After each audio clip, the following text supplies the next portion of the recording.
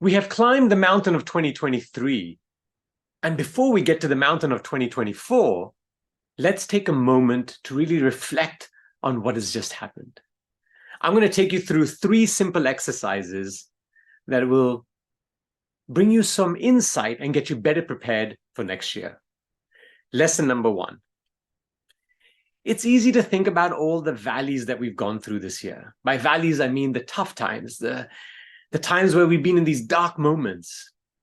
But let's not forget the peaks. Press pause and take a moment to write down all the peaks. So that's not what others think is an achievement. It's not what your best friend, your spouse, your loved ones, your children, your parents, or whoever it is. It's what you think is an achievement in your life for 2023. So take a moment and just note those down. And once you unpause and come back to this video, let's not also forget the people that were involved in helping us get there. These could be people that are directly in your circle, like your co-workers, your family members, your friends. But it could also be people that you don't know whose names, who they are. It could be this, the person cleaning the street. It could be the person washing your car.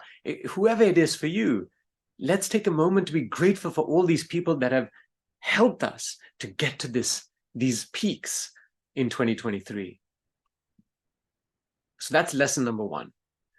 Exercise, or lesson number 2, is, and let's go to those valleys.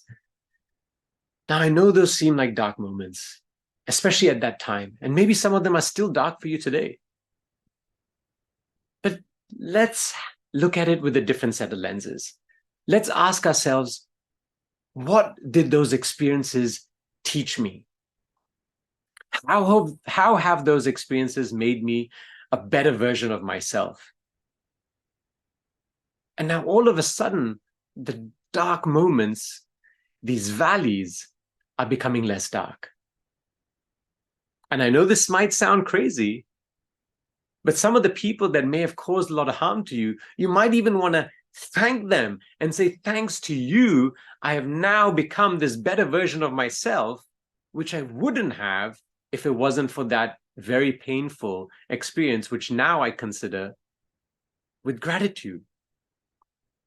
So again, let's take a moment to think about all the people or situations that caused us pain at that moment in time.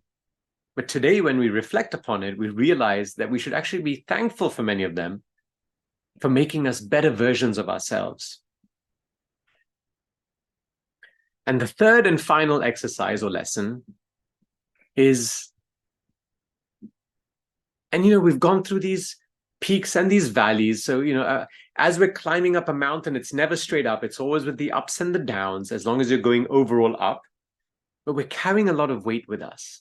And I can tell you as a mountaineer that when we carry this excess weight, it slows us down and takes a lot longer to get to where we want to go.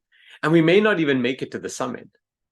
So let's take a moment to identify the clutter in our life that as we were going up to these peaks that we just reflected upon in the first exercise, what slowed us down?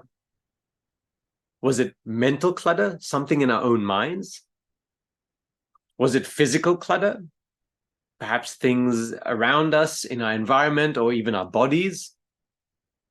Was it people clutter, people getting in the way? Start to ask yourself, were there patterns? Is there something I'm carrying with me everywhere that I go that's slowing me down? And if there is, let's start making a note of these things so that we can put together a plan for 2024 on how to eliminate this clutter, so that once we get to the mountain of 2024, we're only going to go higher.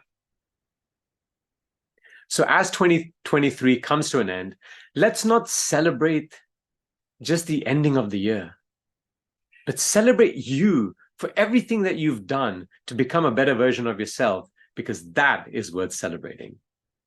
I look forward to addressing you in 2024.